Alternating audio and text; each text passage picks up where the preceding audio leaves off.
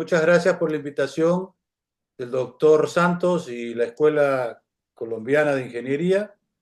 Y realmente es un honor y un placer para mí a la vez compartir con ustedes mis conocimientos de hidráulica de canales. Yo tengo trabajando en este tema desde el año 73, o sea que son exactamente 51 años. En que yo hice el doctorado allá en Colorado, con la Universidad Estatal de Colorado. Pero bueno, vamos a hablar de mi página web, ¿ok? De mi sitio web, ahora ya no se dice página, se dice sitio. Para que ustedes encuentren la información que yo voy a conversar ahora con ustedes, tienen que entrar ponce.sdsu.edu. Mi nombre Ponce, mi apellido, .sdsu es San Diego State University, o sea, Universidad Estatal de San Diego. Y el sufijo edu, pues educación. Cuando ustedes entran, encuentran esta página roja. A mí me gusta mucho el rojo, por eso lo he puesto por toda la página.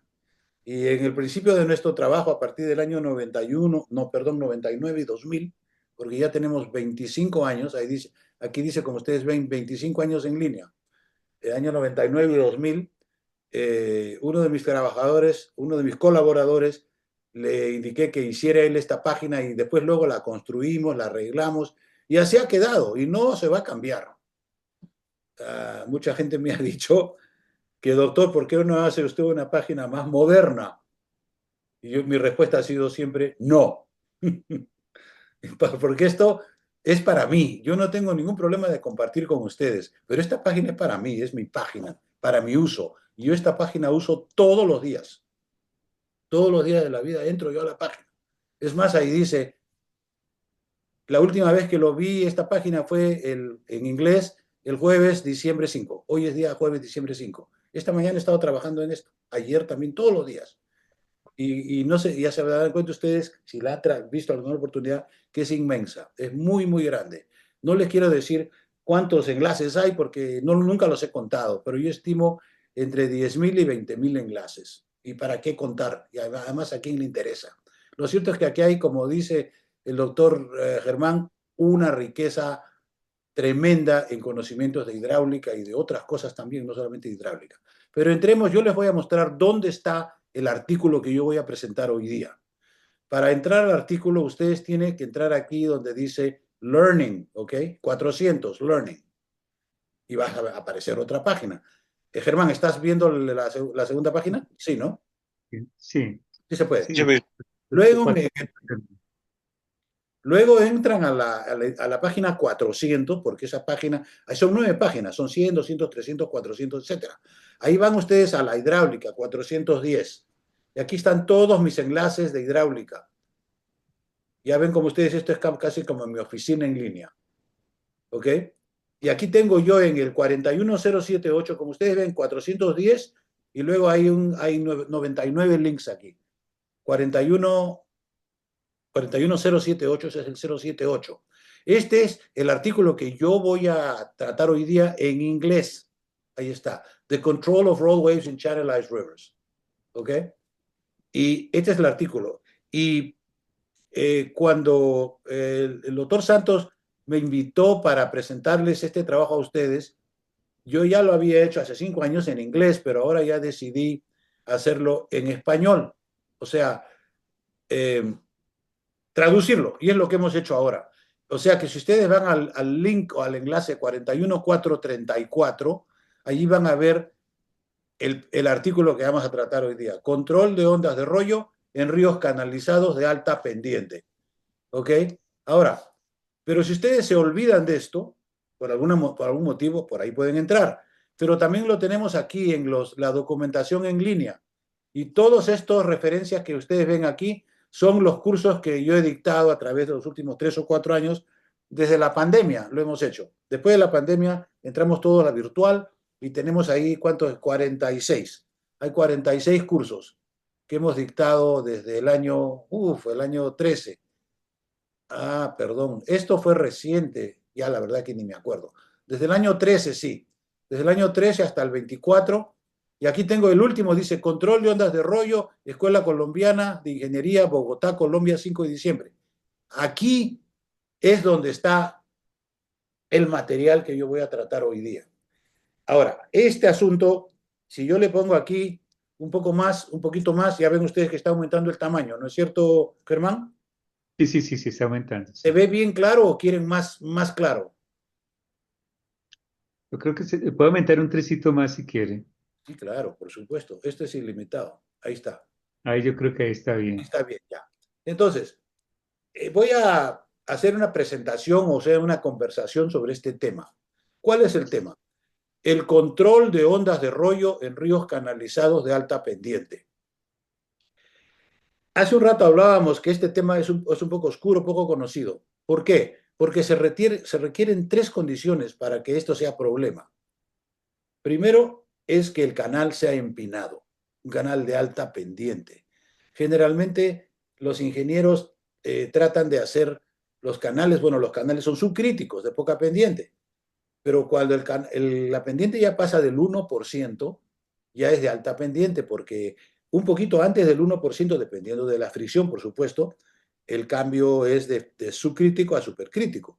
Y eso todo el mundo lo conoce. Es más, yo considero que para los concretos normales, la pendiente es 0.004, o sea, 4 por mil ya se produce el flujo supercrítico.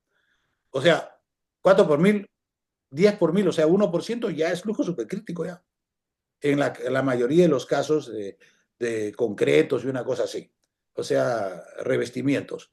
Entonces, ese es el asunto de el tema. Primero tiene que ser el canal empinado. Segundo, el canal tiene que ser canalizado. Les cuento, por ejemplo, en Bolivia, que tenemos práctica en eso, cuando no había desarrollo urbano, los canales no eran canalizados, los canales eran los ríos normales, y allí no se producía las ondas de rollo. ¿Ven? Entonces, tiene que ser río canalizado y de alta pendiente. Esas son dos condiciones. Y la tercera condición es que o sea, el canal que conduce el flujo, tiene que ser rectangular. Y eso es interesante porque aquí vamos a hablar sobre eso, porque el canal rectangular propicia el desarrollo de estas ondas y el canal trapezoidal no. Y hay un canal que nosotros hemos llamado inherentemente estable que de ninguna manera, bajo ninguna condición, causaría las ondas de rollo. Pero yo voy a explicar un poco más de ese canal. Después es un canal muy bueno para esa situación, pero es impráctico. Y les voy a explicar por qué es impráctico mejor después.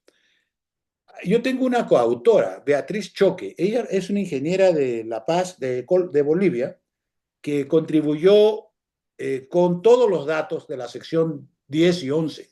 Y entonces yo lo puse a ella como coautora. Ella actualmente vive no sé si es en La Paz o en Cochabamba, creo que ya cambió de La Paz a Cochabamba, Beatriz. Es una ingeniera joven, debe tener unos 35 años, y con ella hemos hecho este trabajo. La última parte de este artículo lo hemos hecho con ella porque ella tenía todos los datos. Pues ya le voy a explicar cómo es esto. Entonces, yo no voy a entrar al resumen porque vamos a entrar de frente a la introducción. ¿Ok? Las ondas de rollo u ondas pulsantes. Primero hablemos del nombre. ¿Por qué ondas de rollo? En inglés se dice roll waves. R-O-L-L y waves. ¿Ok? Eh, ¿Cómo comenzó el uso de roll waves? Hay muchos científicos, o varios científicos que a partir del año 45 a 50, o sea, hace casi 70 años, comenzaron a tratar, y los primeros le llamaron roll waves, pues le pusieron el nombre roll waves.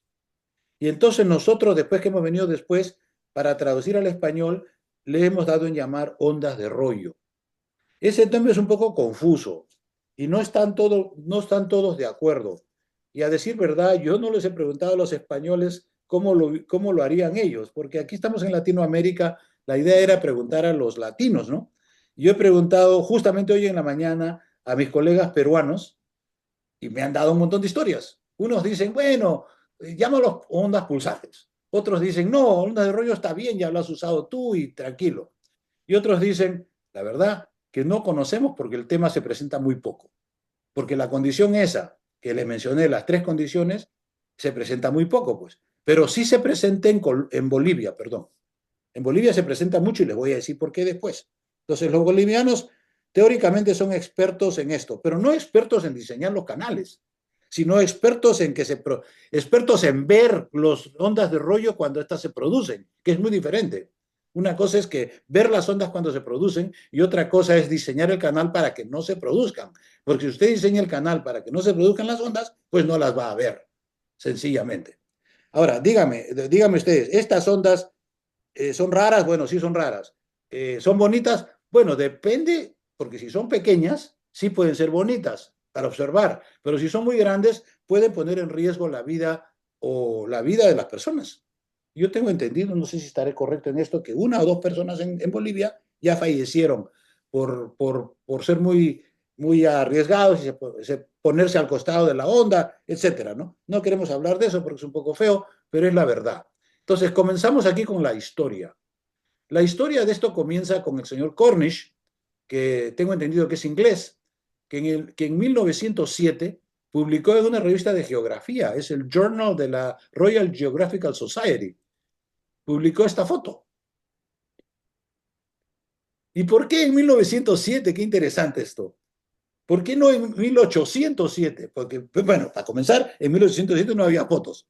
Las fotos comenzaron a usarse a partir de 1860, con las contribuciones del señor francés, creo que era Daguerre, bueno, no sé, es otra historia. Pero, pero ¿qué pasa? Que a partir del año 1900 se comenzó a nivel mundial, particularmente en Europa y luego en Estados Unidos, a hacer los canales, a revestir los canales para poder pasar el agua rápidamente. Y este es uno de los primeros canales revestidos que se hicieron. Este se hizo en Suiza, este canal es Suiza, en los Alpes suizos. Y ustedes saben que los Alpes suizos son empinados, son los Alpes. Y tenían que pasar esta agua de aquí para allá para llegar a la turbina, porque esta era una, ¿cómo se dice? Una hidroeléctrica. Entonces, como ustedes ven, las hidroeléctricas como tales se comienzan a construir a partir del año 1900. Antes no había.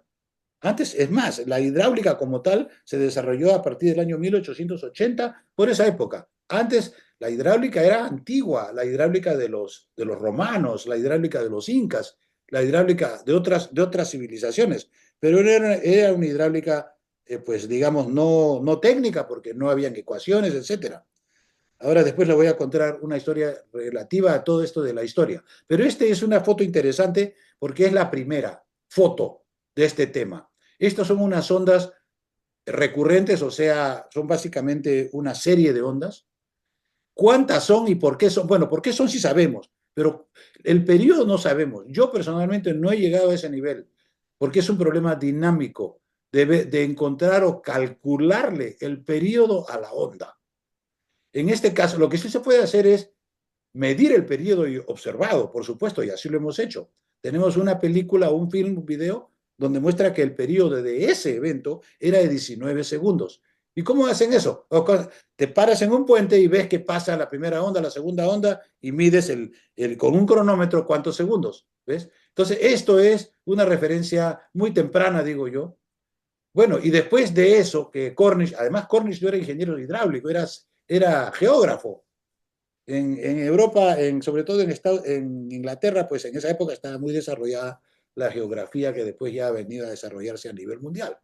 Entonces, pasamos de Cornish a Cho. Ustedes lo conocen a Cho, el autor del famoso libro de Bente Cho que se llama Open Channel Hydraulics y traducido al español se llama hidráulica de canales o hidráulica de canales abiertos. A mí me gusta decir hidráulica de canales nomás, porque en el español se entiende que el canal es abierto.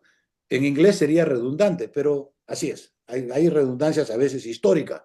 Entonces, para mí, Cho le puso Open Channel Hydraulics, es un canal abierto, y se ha traducido también así al español.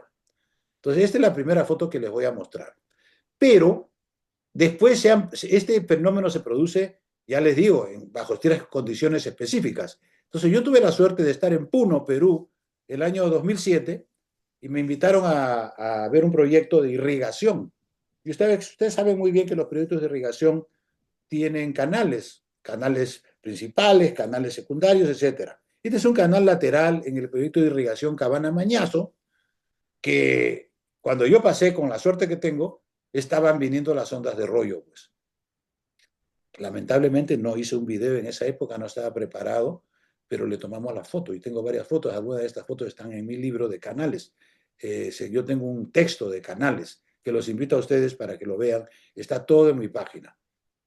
Está todo en mi página. Entonces ahí tenemos la irrigación, el canal de irrigación.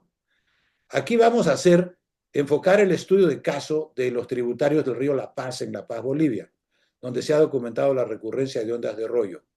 Ahora ustedes me dirán, pero no hemos escuchado de esto, es muy raro, no somos bolivianos, la gente habla así. Bueno, la verdad es que esto se produce donde la situación es empinada. Tiene que ser número de Fruit igual a 2 o más.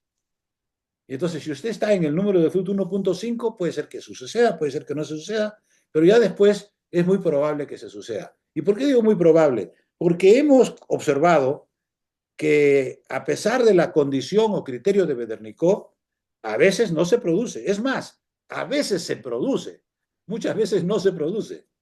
En el caso, por ejemplo, de los canales de Colombia en que esta situación se produce, generalmente me han informado que se producen 4 o 5 eventos por estación.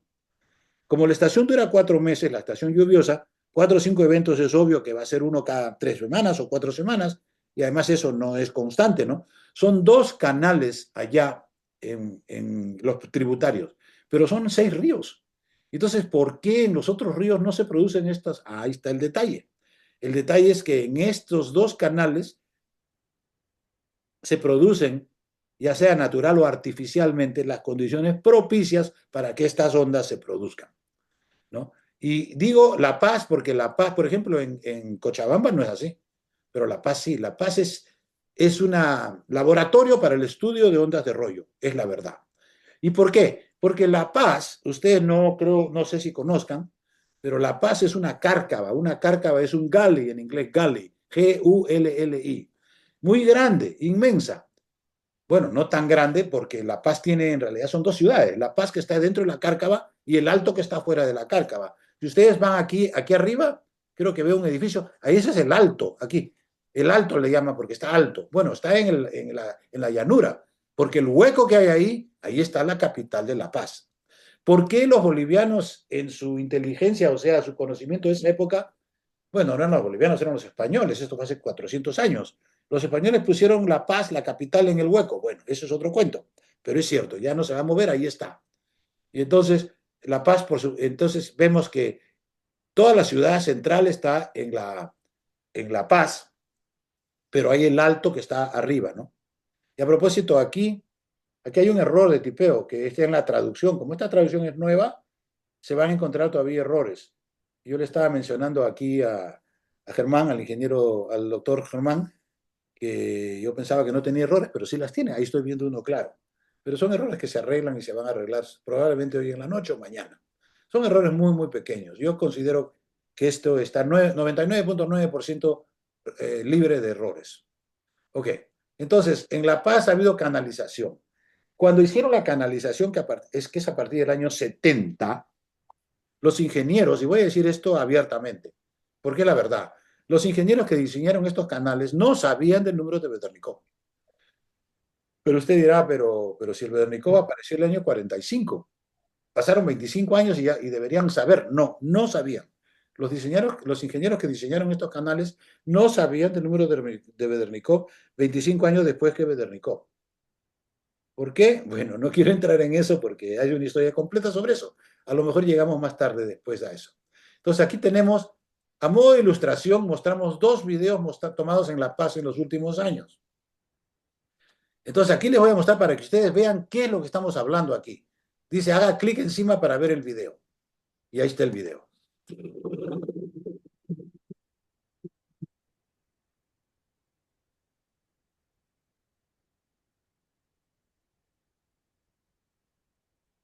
Este caudal no es muy grande, pero este canal no es muy grande, pero ve usted que se están produciendo las ondas de rollo, bonitas ondas. Sin embargo, este es un canal urbano, es un río urbano que pasa por el centro de la ciudad.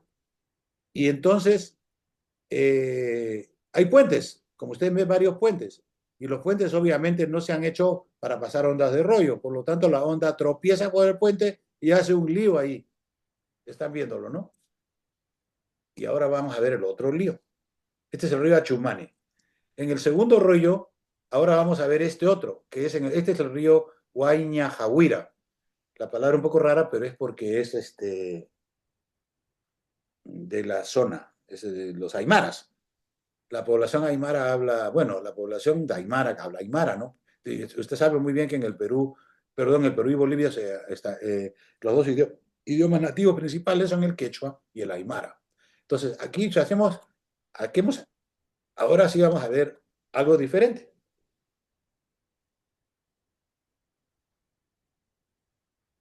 Miren nomás esa onda. Peligrosa, claro que es peligrosa. Si usted va a ir encima de la onda, se lo lleva y lo mata. Y ahí ven ustedes algunas personas que son los encargados de la limpieza. Esto nomás, ahí ya terminamos. Ya vieron que esta es una onda peligrosa y después les voy a mostrar otras más. Al final les voy a mostrar otras más. Este es un evento en el río canalizado Guaña-Jahuira. Esto no es un río, es un canal que se hizo para canalizar el río, que es diferente, ¿no? La perspectiva histórica. No, ya nos pasamos media hora y no hemos llegado ni a las 2. Está muy lento. Bueno, perspectiva histórica. Con el permiso del doctor Santos, voy a extender un poquito con paciencia de ustedes a ver hasta dónde llegamos. Pero es importante que ustedes vean todo y por eso estamos aquí. Entonces, rápidamente la perspectiva histórica comienza con Bedernikov el año 45 y 46.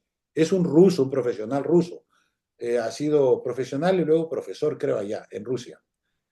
Luego, la historia interesante aquí del crédito, ustedes saben que los científicos cuentan con el crédito. El crédito es muy importante porque es realmente lo único que perdura, ¿no? Y aquí lo que pasó fue una cosa muy interesante. Bedernikov en el año 45 habló sobre este tema en forma, digamos, no clara, pero sí definitiva. O sea, fue el primero, el pionero. Había un francés, Craya, que el año 45 también hizo lo mismo. Y yo exactamente digo que es el año 45. Yo creo que Craya publicó esto antes que Bedernikov. Pero Craya escribió en francés y no lo tradujo. En cambio, el Bedernikov lo escribió en ruso y eso fue traducido inmediatamente o a los 6 meses. ¿Por qué? Porque hay más interés, disculpen que hable así, a traducir el ruso, sobre todo para aquí, para que los americanos, que traducir el francés. Y entonces el señor Craya tuvo que contentarse con un segundo puesto. Entonces él lo que hizo fue que se fue a Estados Unidos, porque él se dio cuenta del problema, se fue a Estados Unidos, se empleó con el Bureau of Standards y el año 52 ya publicó su artículo. Y lo interesante del caso es que si usted lee el artículo de Bedernikov, no entiende el problema. Súper complicado, matemático. Y si usted se lee el artículo de Craya, ese sí lo entiende, porque Craya hizo física, matemática, Craya lo explicó muy bien. Y aquí los tengo para ustedes el criterio para la posibilidad de formación de Craya, y aquí es donde Craya dice una cosa muy, muy importante. Es una cosa muy importante que dice Craya, que la estoy buscando pero no la encuentro. Bueno, en fin, ya aquí vamos a terminar aquí porque si no, nos pasamos mucho tiempo. Bueno, Craya dijo algo muy importante que ya les voy a repetir, que es la base, el fundamento de todo este tema. Pero Craya lo dijo, Bedernikov no lo dijo. Bedernikov se confundió con la matemática, etcétera, porque ustedes saben que estos temas son complicados, ¿no? Entonces, después de Craya vino Lighthill y Wilhelm, que son un par de ingleses, profesores creo, matemáticos, no ingenieros sino matemáticos, que presentaron toda la teoría del número de Bedernikov. Y en algunas referencias se llama Bedernikov-Craya. Y también hay un japonés que hizo estudios similares y algunas referencias, muy pocas, dicen el número de Bedernikov, Craya y Wasa, que es el japonés. Pero yo lo digo nomás, yo lo llamo Bedernikov nomás porque es más fácil, ¿no? Lamentablemente, pues el crédito se difusionó un poco en el caso del profesor Craya. Ok, entonces, aquí estamos la referencia de Craya. Ok, ok. ¿Qué dijo Craya? Craya dijo que la condición para las ondas de rollo es que las ondas cinemáticas pasen encima de las ondas dinámicas, o sea que en inglés se dice overcome, o sea, que sobrepase las ondas dinámicas. Y ese es el tema completo de esto, las ondas cinemáticas y las ondas dinámicas. Ahora, ustedes me dirán, si no han estudiado todavía el flujo no permanente en canales, usted dirá, bueno, las ondas dinámicas nos hemos escuchado de Lagrange, pero las ondas cinemáticas no, ¿qué es eso? Eso fue escrito por Lighthill y Witham en el año 55. Explicó completamente todo el asunto de las ondas cinemáticas y las comparó con las ondas dinámicas, ¿no? Lighthill y Witham también habló de las ondas de rollo, pero muy poquito. Ellos estaban interesados en otros temas, exactamente no sé, pero ellos no, la referencia de Lighthill y Witham, si bien es una referencia seminal, no habla mucho de las ondas de rollo, ¿ok? Después tenemos la referencia mía del 2014. El año 2014 yo publiqué un libro de canales, un libro básico de canales, que no pretendió, digamos, reemplazar al show, porque el show es muy exhaustivo y tiene mucha información. El show tiene 250 páginas o 300 páginas. Nuestro libro tiene la mitad, o sea que no es tan amplio por decir, pero eso sí es más, está más al día, porque es el año 2014. O sea, si ustedes quieren encontrar cosas nuevas encima de lo que pudo escribir Cho el año 59, deben ir a Ponce y a otros que deben haber por ahí. No hay muchos, ¿eh? Que yo conozco, existe el libro de French, hay otro libro de un profesor americano también, 2, 4, 6 libros hay en inglés. No hay más, creo yo. Y bueno, últimamente salió el libro de Cho, Meitman y Mace, que el profesor Santos tradujo al español hace varios años, hace 20 años creo. Y bueno, pero eso es hidrología, eso no es hidráulica, o sea que no es el tema. Vamos entonces aquí a hablar el número de Bedernikov. El año 91, pensando en este tema, yo había hecho ya el año 77 mi curva, lo que yo llamo mi curva S, pero ese no es el nombre. El nombre verdadero es propagación de ondas en canales o canales abiertos. Todas las ondas, pero son ondas poco profundas. En inglés se dice shallow, porque hay ondas de mar, las ondas del océano son ondas profundas. Y eso no estamos hablando, es otro tema, otra matemática. Entonces, nosotros hicimos el trabajo ese de las ondas poco profundas, que es completo. No hay otro más. Este está completo y eso voy a hablar hoy día.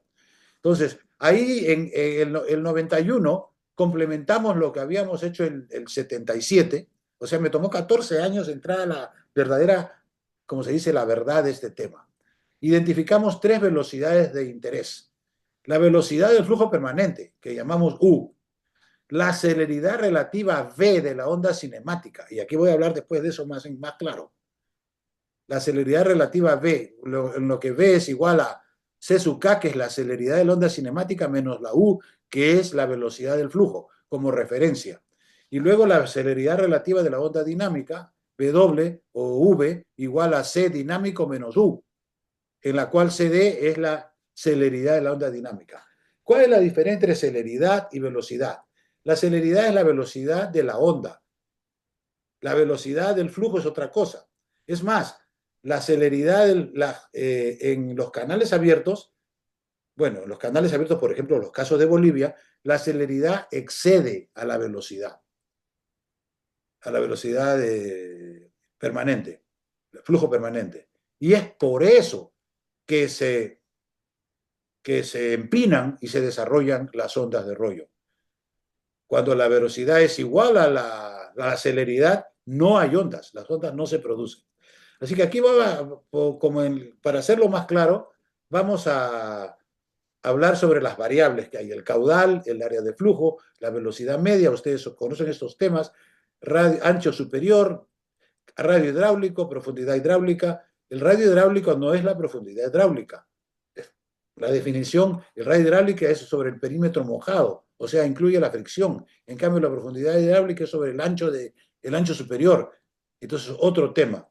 La curva de gasto caudal área. Y nosotros utilizamos aquí una curva de gasto caudal, es como decir una función exponencial, en lo que nosotros hemos dado al coeficiente alfa y al exponente beta. Al alfa lo dejamos porque eso no tiene materialmente mucho, pero el beta sí es fundamental. El beta es todo lo que vamos a hablar en este trabajo. Es el exponente de la curva de gasto caudal área. La aceleración gravitacional, la celeridad de la onda cinemática, ya hemos visto eso, la celeridad relativa de la onda cinemática, la celeridad relativa adimensional de la onda cinemática. Esto no lo voy a tratar en detalle porque ustedes lo pueden ver ya con más claridad. Aquí estamos hablando de tres celeridades, la celeridad absoluta, la celeridad relativa y la celeridad relativa adimensional. ¿Por qué adimensional? Porque el tema que nosotros voy a hablar dentro de un rato, nosotros hicimos un tratamiento adimensional de todo. Dicen los entendidos que toda la hidráulica se puede y debe convertir en adimensional, porque cuando usted convierte en adimensional, resuelve todo el problema de un solo, como se dice, en un solo go, o sea, de un papazo, como se dice, de un solo go, ya hizo toda la solución. Y es lo que hicimos nosotros el año 77. La celeridad relativa a la onda dinámica, la celeridad relativa dimensional a la onda dinámica, y luego el número de Freud y el número de Bedarnikov. Quiere decir que existen tres velocidades, U, V y V. Y el Freud es U sobre V, y el Bedarnikov es V sobre V. Nada más. Entonces quiere decir que la relación entre estos dos, que es el beta, es el tercer parámetro. El tercer parámetro. Si usted relaciona estos dos, le va a salir V sobre U, porque el W o el W, ¿cómo se dice? V, se elimina. Y entonces el V sobre F es el tercer parámetro que habría hablado hace un rato, y ese es el beta. O sea que el beta viene a sentarse encima de las columnas de Freud y Bedarnikov. Por eso digo yo que si se quiere aprender este tema, no se puede prescindir del Bedarnikov. El Bedarnikov es una de las columnas. Lamentablemente, Chow no lo vio así. El doctor Chow, el que escribió el año 59, no lo vio así. Él puso el número de Freud en el capítulo 1 y el número de Bedarnikov en el capítulo 8. ¿Y por qué hizo eso Chow? Yo no estuve allí y yo soy de otra generación, pero yo entiendo que ya cuando él escribió su libro en el año 56, 57, ya el Freud se conocía por 100 años. Bueno, el Freud apareció el año 1876. O sea, ya tenía 80 años de conocido el Freud. Y el Bedarnikov tenía solamente del 45 al 58, por decir, tenía solamente 13 años. Y entonces el doctor Chow, como él era chino, original chino, y como en esa época el comunismo estaba por allí, ustedes saben, y los chinos tenían buena relación con los rusos en esa época, pues a muchos chinos hablaban ruso. Y entonces el doctor Cho hablaba ruso y él entendió esto, lo vio, lo leyó y lo puso. Pero él se dijo así, y yo no estuve allí, pero yo entiendo que así podría haber sido, que él dijo, este tema está interesante, no lo entiendo bien porque está confuso, porque es la verdad, y lo voy a poner en mi libro, pero lo voy a poner en el capítulo 8 junto con otros temas teóricos, para que la gente lo saque y lo examinen después, cuando yo ya no esté por aquí. Y efectivamente ha sido así, solamente que lo puse en el capítulo 8 y le tituló Conceptos teóricos. Y con eso, yo, en mi opinión, lo lapidó al tema, porque casi nadie entra a ese capítulo. Claro, yo he entrado porque es mi área, pero yo te digo que el 90 al 95% de los ingenieros practicantes no entran. Tienen el Bernikov en su estante y no lo han leído. No se puede decir que Cho no trató a Bedarnikov. Sí lo trató, pero lo trató en forma un poco escondida. Entonces aquí tenemos el beta, que es esto en realidad. Porque el beta menos uno es la relación Bedarnikov sobre Freud. Entonces el beta es uno más esto. Por lo tanto, aquí tenemos ya una solución teórica para la curva de gasto, en lo cual el exponente ya tiene una expresión teórica, el fruto de Bedarnikov. Y esto es muy importante en la práctica. Entonces, eso es lo que podemos decir en este momento. El efecto de la sección transversal. Esto lo voy a pasar un poco rápido porque vamos a resumir después de otra manera. Pero ya tenemos aquí definido cuál es el número de Bedarnikov y ustedes lo pueden estudiar esto en detalle para comprobar que no hay errores. Y el Bedarnikov se puede expresar en función del Freud, pero si usted hace Bedarnikov sobre Freud, le queda el beta menos uno. Entonces yo digo que indudablemente que el beta, el famoso beta, que es el exponente de la curva de gasto, descarga caudalaria, es el valor más importante, es el parámetro más importante de todo el flujo inestable o flujo no permanente de los canales abiertos. Luego tenemos este concepto del Freud neutralmente estable. Y aquí no le hemos querido cambiar, debería ser NE, pero no le hemos querido cambiar porque es un poco complicado, pero lo hemos dejado así, neutralmente estable. En inglés es neutral stable, por eso se llama neutralmente estable. Y el neutralmente estable es un detalle que nos permite ahondar en el comportamiento mecánico de este problema. Es el Freud para el cual el flujo es neutralmente estable. Porque cuando el flujo aumenta, por ejemplo, el flujo, si el flujo fuera 10, ya el Bernicov sería 3 o 5. Y entonces la pregunta es, ¿cuál sería el flujo, cuál sería el Freud que hace neutralmente estable? Y eso lo encontramos con esta formulación. Y luego, el valor de beta, ¿dónde está? ¿Cómo varía el valor de beta? Y aquí es importante porque esto lleva al entendimiento de todo el proceso. En la práctica, la fricción puede ser laminar, turbulenta, que ustedes ya lo conocen, o mixta laminar turbulenta. Y esto tal vez ustedes no lo conocen. Pero el flujo laminar tiene una característica específica, un parámetro específico, y el turbulento también. Y el mixto es intermedio. Es interesante considerar aquí, aunque no lo he mencionado, que el señor Horton, que es el famoso inventor o desarrollador de la fórmula de infiltración de Horton del año 1936 o 37, considerado por muchas personas como el padre de la hidráulica, por decir, en Estados Unidos, ¿ok? Es un tipo muy reconocido. Eh, calculaba, él calculaba las curvas de gasto y se dio cuenta que el laminar era 3 y el turbulento 3 sobre 2, o sea, 1,5. 3, 1,5. Y el mixto, cuando salía 2, es porque era mixto, porque está entre 1,5 y 3. Sí, exactamente. Entonces, él fue uno de los primeros a identificar esta condición de mixta laminar turbulenta. Que a propósito, nosotros no tenemos mucha práctica en eso porque para llegar al mixta laminar turbulenta, bueno, miento porque sí, yo sí tengo, pero la gente no sé, pues la verdad es que estas cosas son poco conocidas. Entonces, la sección transversal, yo le dije la fricción, la sección transversal tiene tres maneras de expresarse, yo le llamo formas asintóticas. La hidráulicamente ancho, con el perímetro mojado constante, cuando es muy grande. Se dice en el libro de Cho que cuando el ancho sobre la profundidad es más de 10, ya es hidráulicamente ancho, con perímetro mojado más o menos constante. O puede ser triangular, o puede ser trapezoidal, que aquí no lo mencionamos, porque el trapezoidal es intermedio en sus propiedades al hidráulicamente ancho y al triangular. Y luego viene una tercera condición que yo llamo inherentemente estable, de radio hidráulico constante. O sea, si usted puede construir un canal de radio hidráulico constante, independientemente de la profundidad, eso es inherentemente estable. Y yo tengo un artículo con el señor Porras, que fue mi alumno el año 95, en lo que hemos elaborado en este tema. Después nos hemos dado cuenta que este tema es bellísimo científicamente, pero es impráctico. Por lo tanto, no le ponemos mucha atención en este momento, pero tiene un desarrollo paralelo que sí es práctico. Por eso siempre lo traemos aquí a colación. No podemos eliminarlo. Es parte de la historia.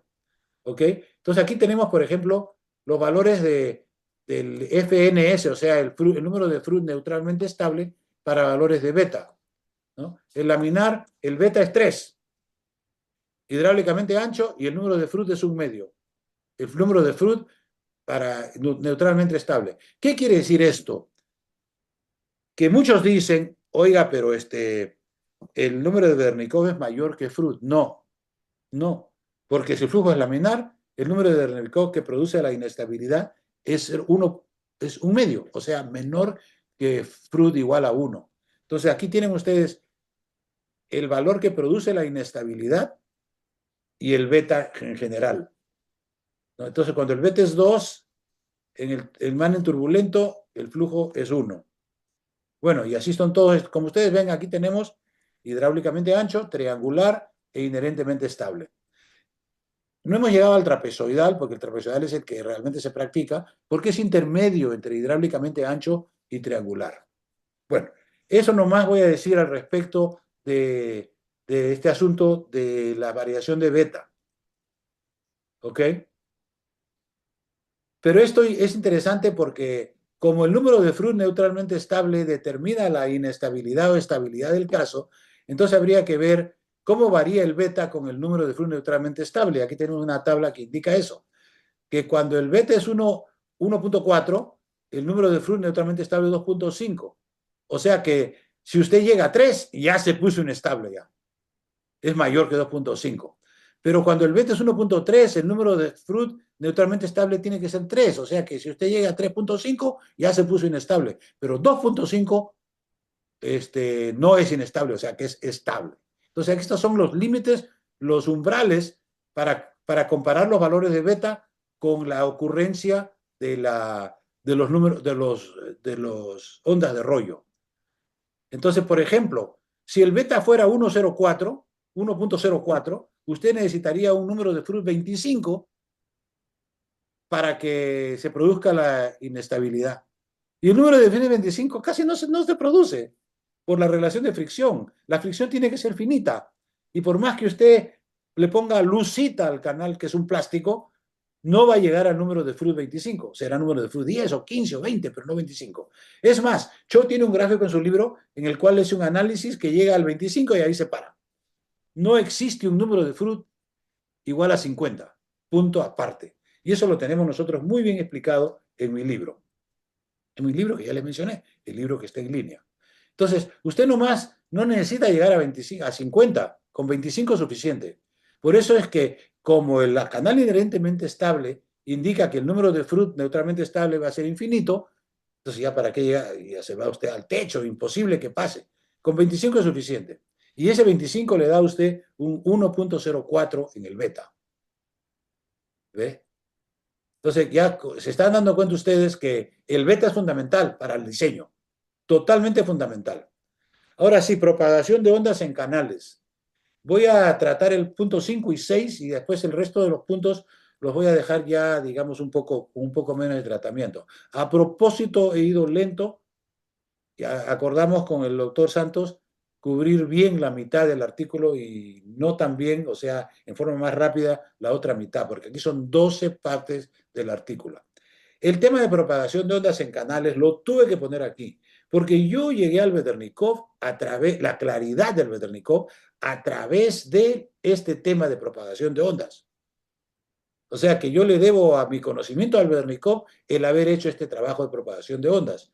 En el año 77, Ponce y Simons, la versión original. Este es el artículo original que escribimos con mi profesor Simons el año 77, hace exactamente 47 años. Ya puede ustedes darse cuenta de la edad que tiene el profesor Ponce. Entonces, aquí vamos así, aquí estamos bien. Entonces, este trabajo a propósito lo hicimos el año 77, publicando, y la verdad les voy a decir, porque vale la pena, este trabajo fue considerado el mejor del año y por eso recibimos con el doctor Ponce, perdón, con el doctor Simon, mi coautor, recibimos un premio nacional de hidráulica por este trabajo. ¿Okay? Yo estoy muy contento de poder haber hecho esto y poder haber contribuido en la hidráulica. Esto a veces le llamo yo la curva S, aunque no está publicado que es curva S. En realidad sí, pero en otras publicaciones que no están, digamos, publicados completamente. Pero ¿qué es esto? Esto es un ploteo, un gráfico de la celeridad relativa adimensional de todas las ondas. Las ondas dinámicas están aquí a la izquierda. Las ondas, perdón, al revés, las ondas cinemáticas están aquí a la izquierda. Las ondas dinámicas a la derecha. ¿Y estas ondas qué son? Bueno, eso es una historia nueva y completa. Pero lo importante que aquí hay que definir o explicar que a la izquierda, que están las ondas cinemáticas, la celeridad es constante. Usted no varía con la onda, el número de onda. Por aquí es constante. Y esta celeridad resulta ser 0.5 es relativa y 1.5 total. O sea que esta es la llamada celeridad de Seddon, porque el señor Seddon fue el primero que el año 1900 identificó esta celeridad. Aquí a la derecha tenemos la celeridad también constante de Lagrange, Ya Lagrange hace 200 años hizo este trabajo, un francés. Tenemos un americano a la izquierda, ondas cinemáticas, y el francés a la derecha, ondas dinámicas. Pero entonces, ¿qué hemos hecho aquí? Lo que hemos hecho nosotros es hacer un procedimiento matemático que no vamos a explicar en detalle para poner en un solo gráfico las ondas de Seddon y las ondas de Lagrange. Por supuesto que estas ondas hasta ese momento no se había hecho, por eso es que tuvimos suerte, bueno, digamos, por publicar este artículo. Entonces, la pregunta que viene aquí al caso es, bueno, ¿y estas ondas cómo se llaman? Ahí está el detalle, que no sabemos exactamente cómo llamarlas. El doctor Fred, que ha sido mi colega, bueno, profesor de la Universidad de... No, él no era profesor de universidad, era jefe de laboratorio de hidrología de la Oficina de Clima en Estados Unidos. Él hizo trabajos en esta área, aquí en esta área, y él comenzó a llamar onda dinámica, porque él decía que si la onda sube ya es dinámica y que por lo tanto, pues esa es la onda dinámica. Pero eso es un error, en mi opinión, porque la onda dinámica es la onda dinámica de Lagrange. Esta es la onda dinámica. Esta no es la onda dinámica, pero Fred la llamó onda dinámica. Y ahora mucha gente la gente que practica dice la onda dinámica y no dicen de Lagrange o Fred, porque en realidad ellos deberían decir la onda dinámica de Fred, F-R-E-A-D, o si no decir la onda dinámica de Lagrange, que es esta. Pero como hay confusión, pues la confusión todavía subsiste. Yo en mi libro a esta onda le llamo no onda dinámica, sino onda mixta, cinemático-dinámica, que ese es un nombre propio, apropiado. ¿Por qué esta onda es de Lagrange? Básicamente, el señor Fred falleció ya hace unos 10 años, más o menos de mi edad. Él básicamente, ¿por qué no decirlo? Se apropió del nombre dinámico que le pertenecía a Lagrange. Nosotros tratando de corregir ese tema, ojalá que en el futuro sea así, ya ustedes me están escuchando, este tema es la onda mixta, ¿ok? Eso es lo que podemos decir. Ahora, nuestro tema habla no solamente de la celeridad, sino el decremento logarítmico delta. ¿Y qué pasa? Que como en esta fórmula, como aquí no varía con el número de onda, esto no hay atenuación, y aquí tampoco, o sea y aquí varía mucho con el número de onda. La física dice que cuando la celeridad varía con la onda hay mucha atenuación, y eso es justamente lo que está pasando aquí. La atenuación es inmensa, como la atenuación es E a la menos D por esa atenuación, entonces aquí hay una inmensa atenuación. Por eso nosotros decimos, y lo hemos dicho ya en artículos que he publicado en mi sitio, pero no todavía en artículos publicados para que digamos que todo el mundo lo vea, de que la onda dinámica de Fred no existe. Pero usted dirá, ¿pero cómo? No, lo que pasa es que se crea, pero inmediatamente se difusiona. Inmediatamente así, ipso facto, se difusiona. Y no lo digo yo porque Lighthill y Windham, el año 55, que publicaron su gran tratado de la onda cinemática, también dijeron eso. Yo los puedo invitar a ustedes a que cliquen aquí donde yo pongo Lighthill y Windham y que se lean completo las 30 páginas del artículo, y ahí van a encontrar que Lighthill y Windham dice exactamente eso, que las ondas mixtas se crean, pero inmediatamente se difusionan porque tienen una difusión muy alta y pasan a formar la masa, pasa a formar parte de la onda cinemática que va por debajo más lentamente. Pero ¿qué pasa? Que llega un momento que la onda no se va a atenuar, sino se va a amplificar. Fíjense nomás, qué interesante, que aquí acabamos de hacer una comparación y las ondas, la difusión va de 0.01, muy pequeño fruit number, número de fruit, hasta 1.5. El F2 ya no, como estamos usando la función de Chesi, el F2 no se puede plotear porque es infinito. Entonces no se puede plotear en una escala logarítmica. Entonces aquí llegamos más de 2, 3, 4, 6, eso sí. Y entonces estos son las amplificaciones de las ondas más arriba del número de Fruit igual a 2. Quiere decir entonces que esta gráfica podría representar a las ondas de rollo. Efectivamente, representa a las ondas de rollo, porque las ondas de rollo se están amplificando, no se están difusionando. Si se estuvieran difusionando, no serían ondas de rollo, pues. El problema es que las ondas de rollo se amplifican, no se difusionan. Bueno, ustedes dirán, bueno, pero ¿y usted cómo lo verificó todo eso, lo que está hablando? Bueno, en esa época pues teníamos alumnos y yo trabajé con el alumno, uno de mis alumnos, Meissner, y yo le dije, Meissner, lo que hay que hacer es agarrar los datos de Brock, porque sabíamos que Brock, el año 67, trabajando en el Instituto Tecnológico de California, se había interesado por las ondas de rollo, hizo un canal de pendiente graduada, inclinó el canal bastante y produjo en el laboratorio las ondas de rollo y midió las características, midió las profundidades de la onda, etcétera. Aparecieron las ondas de rollo y él las midió y las publicó. Nosotros utilizamos eso y esto fue lo que nos dio, que ploteamos los datos, las curvas nuestras, que son estas 5, 3, 4 y 5, y los datos de Brock. Y como ustedes ven, todos los datos de Brock plotearon cerca al pico. Que no plotearon en el pico, bueno, es que nada es perfecto, ¿no? Entonces las ploteamos cerca del pico y nos dimos por satisfechos que efectivamente estábamos en el camino correcto. Y aquí tenemos 5 o 6 igual en el camino correcto. Son los datos de Brock. Entonces hemos ya comprobado que efectivamente es así. Hemos comprobado que hay atenuación y amplificación, y eso se puede explicar por la curva S nuestra. Y la amplificación produce eventualmente las ondas de rollo. Y está todo considerado. Ahora, hemos hablado aquí F igual a 2, pero también podríamos hablar de F igual a 1.5. ¿Por qué hay dos Fs en este asunto, en el umbral? Porque el F1.5 es para Manning y el F2 es para Chessy. Y ustedes me dirán, ¿pero por qué dos? Nosotros utilizamos Manning.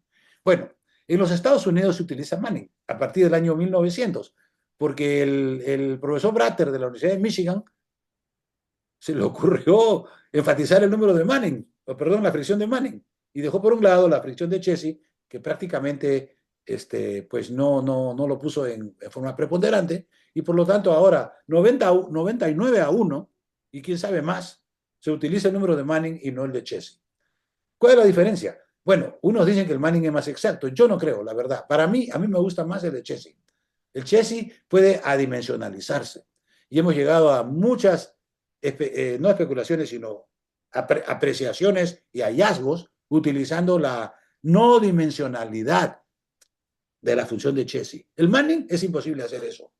Es más, les digo, nosotros hemos hecho un cálculo de ondas un cálculo de ondas de, ¿cómo se dice? Gradualmente variado. No, no es ondas. Es flujo gradualmente variado, capítulo 7 de mi libro. Y lo hemos hecho adimensional. Y lo hemos hecho adimensional solamente porque lo convertimos a Chessy. Y cuando es adimensional, pues mucho más bonito que si fuera dimensional. El número de Manning no puede usted adimensionalizar. ¿Por qué en la práctica se prefiere Manning a Chessy? ¿Qué les voy a decir yo? Yo no inventé el asunto. Yo he venido después, recién. Yo comencé a trabajar el año 65, 70. Esas cosas ya no se pueden cambiar. Están muy embebidas en la práctica de la ingeniería. Yo he hablado con gente y les digo, pero ¿por qué no cambian a Chessy que es mejor? No, no lo vamos a hacer. Bueno, es así. Difusión versus amplificación de la onda. Yo aquí voy a terminar en 5 minutos. La difusión versus amplificación. ¿Por qué difusiona y por qué amplifica? Bueno, esta es continuación un poco más clara, específica de lo que estamos hablando. Ahora, ustedes me dirán en este momento un poco sorprendidos, oiga, doctor, está yendo rápido, pero si yo le pongo tiempo a esto, lo voy a aprender. O sea, usted escribe claro. Y yo le digo, lo hemos hecho lo hemos escrito claro para que todo el mundo entienda en forma rápida, que no se pasen años leyendo el artículo.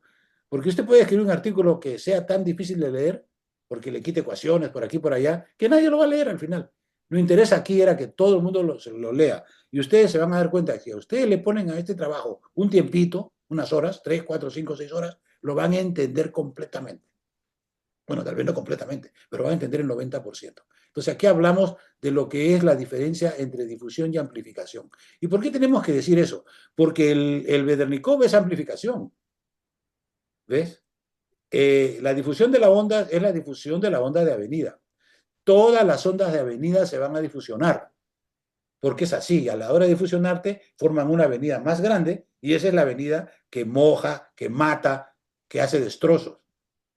Entonces, ¿cómo se produjo la avenida? La avenida se produjo por una combinación de un montón de dinámicas que se difusionaron inmediatamente y crearon la masa, y esa masa fue aumentándose, y ese aumento de la masa, perdón, esa onda grande, no se difusionaba. Es más, si la onda era cinemática, absolutamente no se difusionaba. Por eso se creó el concepto eventual de onda de difusión, que es una onda cinemática que se difusiona un poquito. Ese tema está en el artículo de Lightyear and Witham para que lo vean. Nosotros hemos trabajado ese tema en el año 77 en forma muy clara y específica y hemos dicho, bueno, no lo dijimos aquí, pero lo hemos dicho en otras oportunidades, que la onda difusiva envuelve a la cinemática.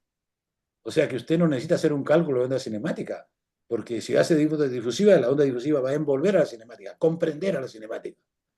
Si bien es cierto que la onda cinemática, como no tiene difusión, se puede simplificar bastante. Puede usted decir, la celeridad es esta y no hay difusión. Y la onda difusiva, si hay difusión, ahí sí hay que calcularla. Existen procedimientos para calcular tanto la onda cinemática como la onda difusiva, y eso lleva una historia muy larga que obviamente en este momento no vamos a poder tratar. Es larguísimo ese tema. Entonces aquí tenemos ya ahora sí, entramos, ya voy a terminar aquí. Ya. Cálculo de beta. Ya estoy pasado de mi hora ya. Deme 5 minutos, por favor. El cálculo de beta. Nosotros hemos sido pioneros a partir del año 2005 en la creación de calculadoras en línea, que las tratamos con el lenguaje PHP, que en esa época era pues el lenguaje de todo el mundo, pero ahora ya han aparecido nuevos lenguajes, han pasado 20 y tantos años, 20 años, y han aparecido nuevos lenguajes que son más simples y que la gente se ha ido por los nuevos lenguajes simples, pues. Y entonces ahora ya el PHP pues no está en el forefront, como dicen, no está en el principio. Es más, a mí me han dicho, usted está pasado de moda, doctor, porque todavía está utilizando PHP. La verdad, si quieren que les cuente la verdad, es que los métodos que reemplazan al PHP son todos simplificados. Por lo tanto, no pueden hacer todo. El PHP sí hace todo. Yo digo que hasta baila. Ustedes que son colombianos entienden bien eso. Hasta baila. Es más, yo tengo entendido que el señor Zuckerberg, el año 2004, que inventó el Facebook, que ustedes tanto utilizan, bueno, digamos que ustedes utilizan, vamos a eliminar el tanto, usó el PHP porque era lo único que se hacía en ese momento. O sea que si él utilizó el PHP, quién sabe cómo existirá ahora el Facebook, ¿no? Porque pasan el tiempo y bueno, llegan nuevas gentes, etcétera. En fin, ya ese es otro tema. Entonces, hemos calculado aquí, tenemos un calculador de esto que se llama un calculador canal en línea 15B, que lo invito a que a ustedes lo usen. Aquí está, cliqueable.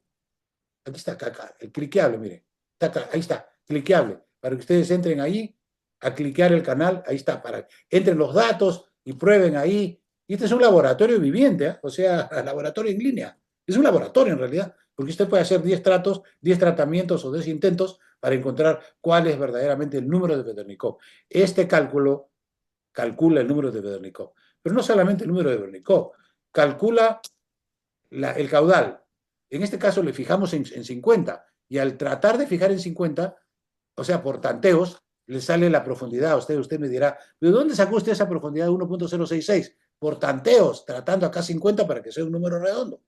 La velocidad de flujo, 8 metros por segundo. Pero usted dirá, pero eso es altísimo. Claro, es altísimo. Esa velocidad mata. Si usted se cae al canal, se muere. Y ya ha pasado ya. Número de Fruit. Es por eso que la gente en los terribles inundaciones que hay, como el caso, por ejemplo, de el que sucedió en España hace poco, hace un mes nomás, y otros que han sucedido, ¿no? La velocidad de flujo que aumenta más de 3 metros por segundo ya tiene la capacidad de herir o matar. 5 ya muerte segura. 8 peor. Número de Fruit 2.5. Exponente de la curva de gasto 1.6. Y aquí el número de Bedernikov 1.51. Quiere decir que el tratamiento que le damos ahora, que aquí sí se produce las ondas de rollo. ¿Por qué? Porque el canal es rectangular. Las pendientes laterales son 0. ¿Ves? ¿Y qué más? Sí, la pendiente lateral son 0, ancho de fondo 5.8. ¿Y de dónde saqué yo estos números? Estos números son de los canales de Bolivia. Este puede ser la Chumani. ¿Ok? Sí, la Chumani, ya lo van a ver. Ahora hicimos una situación aquí que decimos, ya no quiero un canal rectangular porque se me está sacando el beta de 1.6. Le voy a poner un canal trapezoidal. ¿Y cuánto sale el beta? 1.4. ¿Y qué pasa? El cálculo demuestra, la mecánica expresada en matemática, demuestra que aquí el número de Bernikov es 0,88. Quiere decir que teóricamente ya no se produce. Ya no se producen las ondas. Y esto es cierto porque no hay otra forma de verlo. Y además tenemos práctica, y eso no lo voy a tratar ahora, pero les puedo mostrar dónde está. Entonces podemos hacer el cálculo. Y hay mucha gente que realmente usa mis calculadoras. ¿Eh? Hay mucha gente que usa mis calculadoras. Yo tengo varios comentarios de gente que conozco, digamos, a nivel ciertamente latinoamericano. Además, todos nuestros artículos, todas nuestras computadoras están, perdón, calculadoras están en inglés, español y portugués, porque también manejamos un poco el portugués. Y además tenemos digamos, asociados que son brasileños y ellos nos han ayudado a hacer esta traducción. Porque es muy fácil hacer. Una vez que usted tiene el inglés, que está todo el programador, lo único que hace usted es cambiar el output nada más, no es un cambio de la computadora completa. ¿No? Entonces, hablamos aquí de la naturaleza del beta. ¿Por qué? Porque para nosotros la naturaleza el beta es lo importante. Es todo lo importante. Y aquí tenemos los cálculos de betas. El beta 1.6, 1.4, 1.3, 1.3, 1.3. Cuando ya ves a 1.3 ya es triangular. Y si es triangular, ya no se produce el Bedernickel. Ya, como ustedes ven, con un canal triangular aquí 1.3, el Bedernickel 0.7, 0.8. O sea que un canal triangular ya no produce ondas. Ya no produce. Entonces la pregunta es, si no quiere hacer un canal triangular, ¿puede hacer un canal trapezoidal? Sí, claro, hágalo un trapezoidal como quiera usted. Y lo que va a pasar aquí es que el trapezoidal va a tener un problema. El problema está que va a ser un poco hondo, más hondo. El trapezoidal va a ser más hondo, total, profundidad hidráulica, que el rectangular. Es obvio, ¿no? La sección va a ser más honda. Y entonces, algunas personas dirán, no, yo no voy a hacer un canal rectangular, perdón, trapezoidal o triangular porque la construcción está difícil. Bueno, está bien, usted escogió. Pero entonces esos canales sí se producen ondas de rollo. Y yo tengo una concepción. Que se produzca o no se produzca una onda de rollo, eso ya es un concepto ingenieril. Pero hay otro concepto que es el social. Que si se produce una onda de rollo es fea, es riesgosa. Y la sociedad va a decir, estos ingenieros no saben diseñar. Y ya lo dicen. ¿No?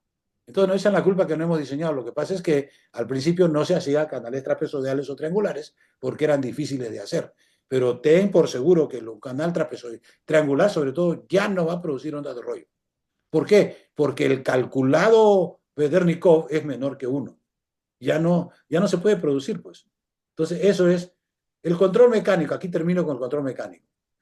No sé si ustedes se han dado cuenta, bueno, no es necesario que yo les indique esto, pero lo cierto es que si beta se reduce sustancialmente, como el caso a 1, en vez de 1.36 a 1.23, ahí ya la cosa cambió, ya no se producen ya las ondas de rollo, absolutamente. No necesita llegar a beta 1. Beta 1 es el canal inherentemente estable, pero ya les dice que ese canal no se ha construido nunca. Y entonces aquí nosotros hemos desarrollado esta idea que dice que si usted hace unas canaletas, lo que yo llamo un difusor de momento, que cada canalito va a conducir un décimo del caudal y no se van a producir ondas de rollo, porque si usted calcula el Bedernikov en cada uno de ellos, es 1.1, 1.2, muy bajo. Y les muestro un canal estable en este río, un canal, este es en México, en Tampico, que lo documentamos allá, y este canal no se produce ondas de rollo, pues. No se produce, sencillamente, porque es un canal muy, muy profundo. Y el beta debe ser 1.2, 1.3 o menos. Entonces ahí ustedes ven que hay un uso. Otro sí les digo, en los canales sanitarios, las profundidades son grandes, porque los diseñadores se han dado cuenta a través de muchos años que no deben producir ondas de rollo en esos canales, porque si se produce ondas de rollo en el caudal, el flujo sanitario se va a salir del canal. Y eso no le va a gustar a nadie. Que se salga el flujo, el agua limpia, bueno, pero el agua sucia, el agua usada, el agua servida, eso no. Por eso todos los canales que conducen flujo sanitario son profundos. ¿Por qué? Por el beta. Estudio de caso, eso ya no lo voy a tratar, pero aquí tenemos con detalle, ustedes pueden ver que hemos comprobado todo lo que estamos diciendo con una aplicación práctica. Y aquí les voy a mostrar el río Achumani y el río Huaynayahuira. Guaynayahuira. Es interesante mencionar que en el Guaynayahuira, para evitar o minimizar las olas de rollo, le pusieron escalones, que ustedes lo ven ahí, sobre todo en el Guaynayahuira, en el Achumani no lo veo, pero los escalones no han servido para evitar las ondas de rollo. Las ondas de rollo vienen, se saltan sobre los escalones, caen abajo al siguiente nivel y continúan. Porque el problema es la sección transversal, no es la pendiente. No sé si me están entendiendo. La sección transversal es la condicionante y determinante. Y aquí termina, bueno, y ahora sí ya llegamos a las conclusiones. Aquí voy a terminar, ya me pasé 15 minutos, pero voy a terminar nomás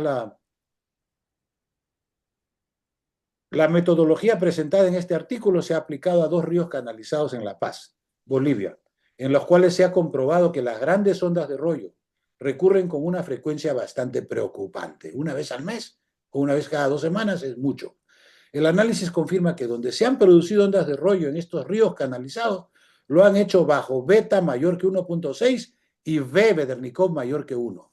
Los resultados subrayan la promesa del análisis de beta en el diseño hidráulico de ríos canalizados con el objetivo de controlar la onda de rollo. Y ahora lo último que voy a hacer es, es otro video. Yo tengo varios videos, tengo como 6, 8 videos de esto. 30 de abril del 2019.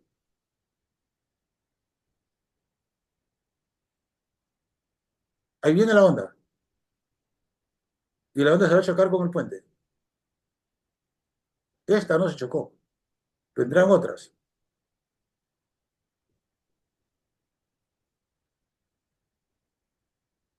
Ahí viene.